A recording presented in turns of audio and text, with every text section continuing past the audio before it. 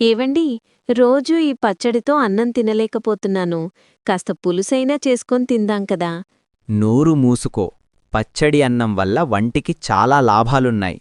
నూనె వాడితే కొలెస్ట్రాల్, ఉప్పు తింటే బీపీ, కారం వాడితే గ్యాస్, ఇలా ఎన్ని రోగాలొస్తాయి. అయినా 10 మంది కూర్చొని తిన్న తరగని ఆస్తి ఉంది. పిల్లలు కూడా లేరు. ఇద్దరూ మంచిగా 3 పూటలా భోజనం చేస్తే మీ ఆస్తిలేవన్నా అరిగిపోతాయా? అయినా మతిలేని కోడి కంచంలో కూర్చుందట. నీకెందుకు? నేను చెప్పింది చెయ్యి. శంకరయ్య ఆస్తిపరుడే, కాని వట్టి పిసినారి. తన పిసినారితనంతో కనీసం భార్యకి తిండి కూడా పెట్టాడు. ఎప్పుడు చూడు పొదుపు అంటూ పచ్చడితో అన్నం పెడతాడు. అయినా ఎంత ఆస్తి ఉండి ఏం లాభం? రోజూ ఇదే భోజనం. కనీసం పండగ రోజైనా తృప్తిగా భోజనం చేయడం, ప్రశాంతంగా వండుకుని తినడం కష్టం. పిల్లి కూడా భిక్షం పెట్టిన మొగుడితో ఎలా బతుకుతున్నానో నాకు మాత్రమే తెలుసు. సుగుణ రోజు చాలా బాధపడుతుంది. ఒకరోజు శంకరయ్య పనిమీద పట్నం వెళ్లాల్సి వచ్చింది. నేను నా మిత్రుడింటికి వెళ్తున్నాను. రేపు సాయంత్రం మళ్ళీ తిరిగి వస్తాను. ఇల్లు జాగ్రత్త. హమ్మయ్య, కనీసం ఈ రోజైనా నాకు నచ్చింది చేసుకుని తింటాను. రవ్వ లడ్డూలు చేస్తాను. మరుసటి రోజు సాయంత్రం శంకరయ్య ఇంటికి తిరిగి వచ్చాడు. అప్పుడే అతనికి తన భార్య ముక్కుకి కొత్త ముక్కు పుడక కనిపించింది. అసలు నీకు బుద్ధుందా? నేనొక్కరోజు ఇంట్లో లేకపోతే ఎంత డబ్బులు ఖర్చు చేశావు చూడు. అయినా ఇప్పుడెందుకు నీకు కొత్త ముక్కు పుడక? అసలు డబ్బులు పొదుపు చేయడం నీకు రాదు కదా. మీరరవకండి, కాస్త నేను చెప్పేది మెల్లగా వినిండి. నిన్న ఏం జరిగిందో మీకు చెప్తాను. ఇక్కడ రండి. సుగుణ రాత్రి జరిగిన విషయం భర్తకు చెప్పడం ప్రారంభించింది. మీరు ప్రతిసారి పట్నం వెళ్ళాక నాకు నచ్చిన పిండి వంటలు చేసుకుని తినేదాన్ని. రాత్రి రవ్వలడ్డూలు చేసుకుని తిందామనుకున్నాను. సరిగ్గా అప్పుడే అబ్బా, ఎంత మంచి వాసనొస్తుందో. నెయ్యి బాగా వేసినట్టున్నావు. జీడిపప్పులు కూడా ఎర్రగా భలే ఉన్నాయి. ఈ రవ్వ లడ్డూలంటే నాకు చాలా ఇష్టం.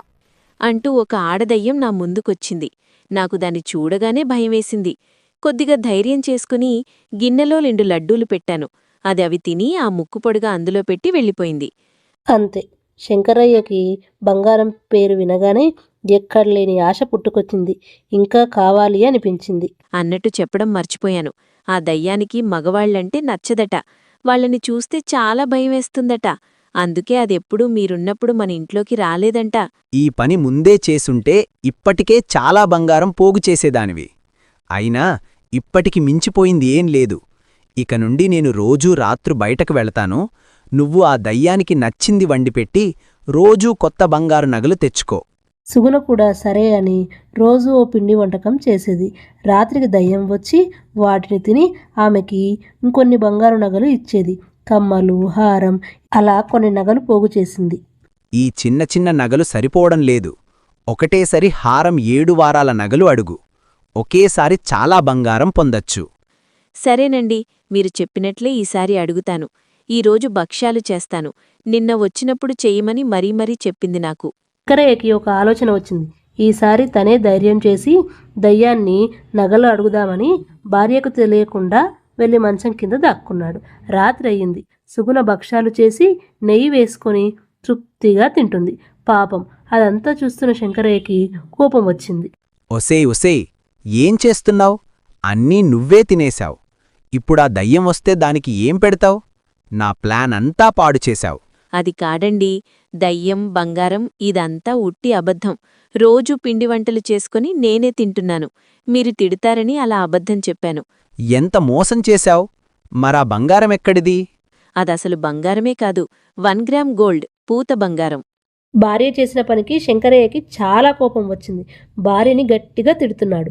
అప్పుడే అక్కడికి ఒక ఆడదయ్యం వచ్చింది. ఆగు, నీ భార్య చెప్పిన దాంట్లో కొంత నిజముంది. నేను ఇంట్లోనే ఉండడం నిజం. మీ సంసారాన్ని రోజూ చూస్తున్నాను. నీ పిసినారితనంతో కనీసం తిండి కూడా పెట్టడం లేదు. నీ భార్యకి కనీసం భోజనం పెట్టే స్తోమత కూడా నీకు లేదా? నేను కూడా నీలాగే పిసినారితనంతో ఆస్తులు కూడా పెట్టాను. ఇప్పుడు చచ్చాను. నా ఆస్తితో అందరూ ప్రశాంతంగా బతుకుతున్నారు. నేను మాత్రం దయ్యంలా ఇలా చెట్లు పట్టుకుని తిరుగుతున్నాను. నువ్వు కూడా నాలా చెయ్యకు. అన్నిటికంటే పెద్ద దయ్యం పిసినారితనం. ముందు ఆ దయ్యం నుండి బయటపడు. దయ్యం మాటలకి శంకరయ్యకు సిగ్గనిపించింది. తాను ఎంత పెద్ద తప్పు చేశాడో అప్పుడు అర్థమయ్యింది. గుర్తుపెట్టుకో, సుగుణకి ఇబ్బంది కలిగితే నేను ఖచ్చితంగా మళ్ళీ వెనక్కి వస్తాను. ఈసారి నిన్ను ముప్పు తిప్పలు పెట్టి 3 చెరువుల నీళ్లు తాగిస్తాను. అక్కడి నుండి ఆ దయ్యం వెనక్కి మళ్ళీ వెళ్ళిపోయింది. నన్ను క్షమించు. నేను చేసిన తప్పు నాకు అర్థమయింది.